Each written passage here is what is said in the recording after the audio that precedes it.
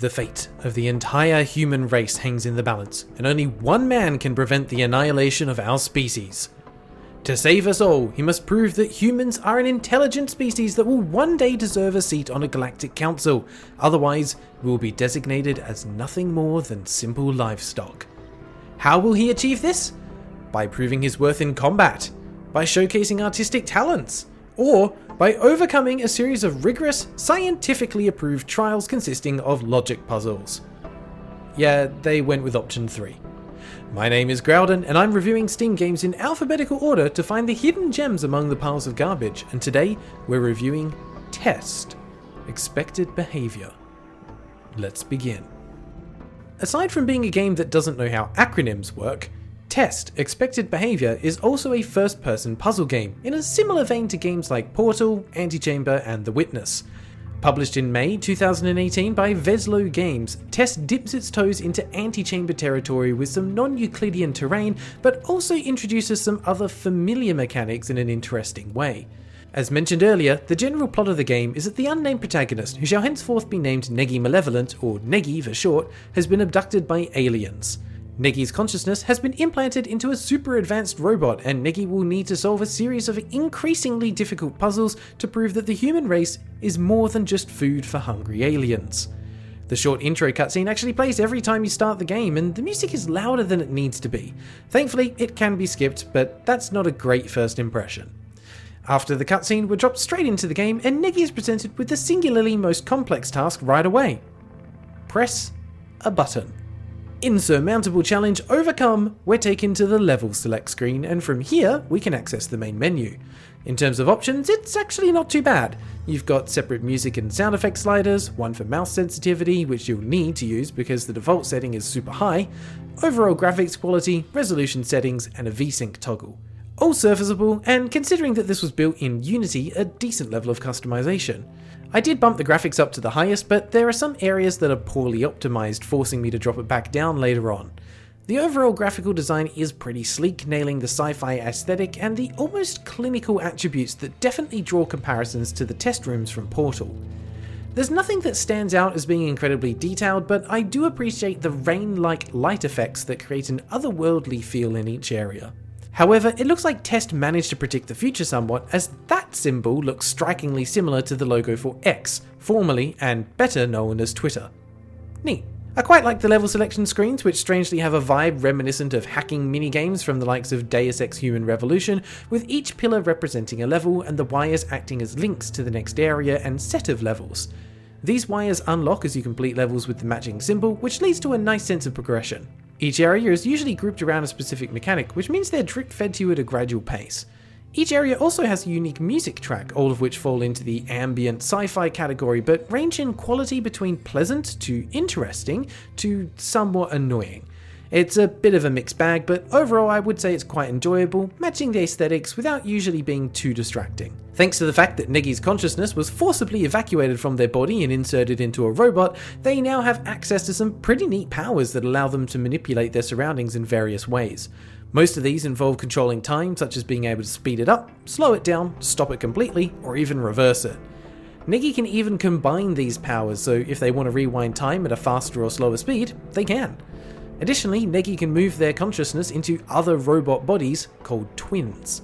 This requires a direct line of sight, so positioning becomes very important, and many of these puzzles will likely have you scratching your head for a bit to figure out, but lead to some great aha moments when you do. Here's a couple that stood out to me.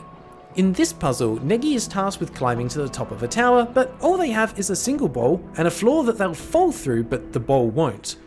By combining the ability to stop time with slow motion, they can jump, pick up the bowl, immediately throw it, and then freeze time to lock it in midair, serving as a platform. Move far enough backwards as they're still rising to give the bowl enough space to solidify, then back in and boom, they've managed to climb up. Repeat this to reach the top. Another puzzle tasked Neggy with freeing a trapped twin from a cage so it could be used as a platform to reach the exit. To do this, you need line of sight, which can only be done when jumping over a massive pit. The solution is to jump in slow motion, switch bodies, move the twin off the podium, and then switch back just in time to stick the landing.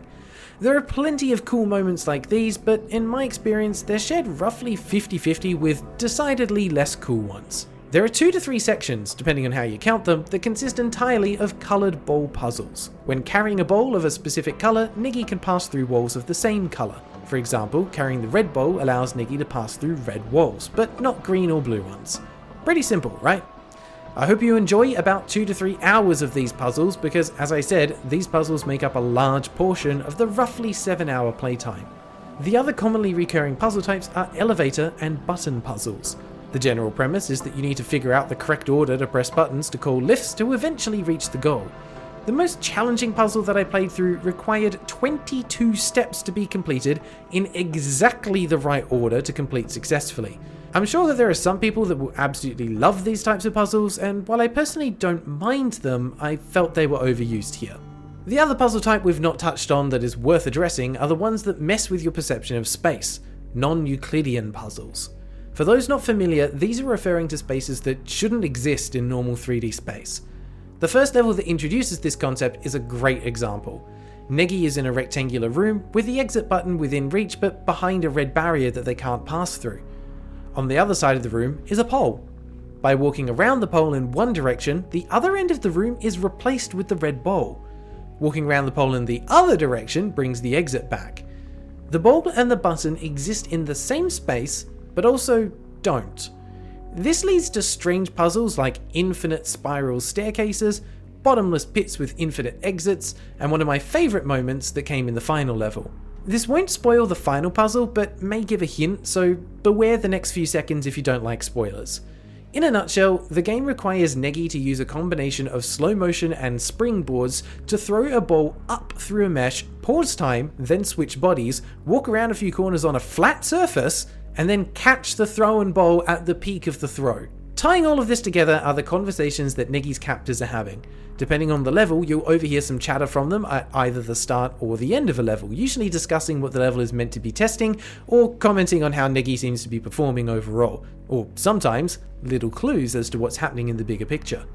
There's even one examiner that seems to be on Niggy's side, warning them that if they fail, then the humans will become a food source for the aliens, but if they perform too well, they might be deemed a threat and destroyed. Sounds like Niggy needs to aim for a solid C+ on their scorecard. Throughout my playthrough though, I couldn't help but feel the game was missing something. It's hard to put my finger on exactly what the issue is, but I think it comes down to how the mechanics are utilised. Puzzles do increase in complexity, but using the lifts as an example, this usually comes down to more variables being present, in this case, more lifts and more buttons, or different elevations. The solution is the same, but the number of steps to reach it has increased. What they haven't done is increase complexity by layering mechanics. Now, I say this, and it's generally true. There are some levels that layer the mechanics in a great way, but they are outnumbered by the levels that fall into the other bucket. This ultimately leads to a feeling of repetition rather than a feeling of growth and mastery. Despite the game having both bounce pads and coloured balls, at no point did I need to use bounce pads to send a coloured ball somewhere.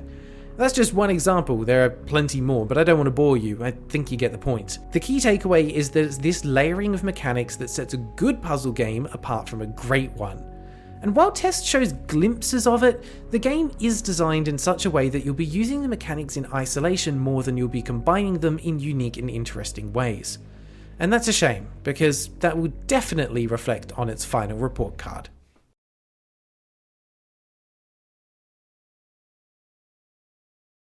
With a solid foundation of core mechanics and world design, T.E.S.T has the individual elements for greatness, but doesn't quite bring it all together by the end of the game. It's the difference between having a fully assembled burger compared to being forced to eat the burger components individually. After the meal, you've eaten all the same ingredients, but for the majority of people, the fully assembled burger is much more appetizing and ultimately more enjoyable. It's certainly by no means bad, absolutely not. There's a lot that has gone right here, and I would be very interested in seeing how the devs handle a second attempt, because they've managed to nail the fundamentals, and I found myself pleasantly surprised at how well the time manipulation mechanics just work. Considering the playtime of roughly 7 hours and the very reasonable price of $6.69 Canadian or your regional equivalent, I would say that if first-person puzzle games are high on your list of favourite genres, then T.E.S.T is worth a look, especially if you're able to pick it up on sale. All things considered and evaluated, my final rating for T.E.S.T Expected Behaviour is an inactive twin out of 10. It's got all the right parts, but it's missing some soul that would lift it to greatness. Humanity will live to see another day. Thanks for watching. Welcome to the end of the video. A massive thank you to all the channel members on screen for supporting the channel, especially our two Knights of the Holy Grail, Freaky Feline and Loveheart Gonzi. If you'd like to become a member, you can do so for as little as $1 per month. Just click the join button to see the available membership levels and perks. Thank you for joining me on this weird gaming adventure through the depths of Steam. I'll see you next time in a twin-stick shooter bullet hell game. Oh boy. Until then, take care.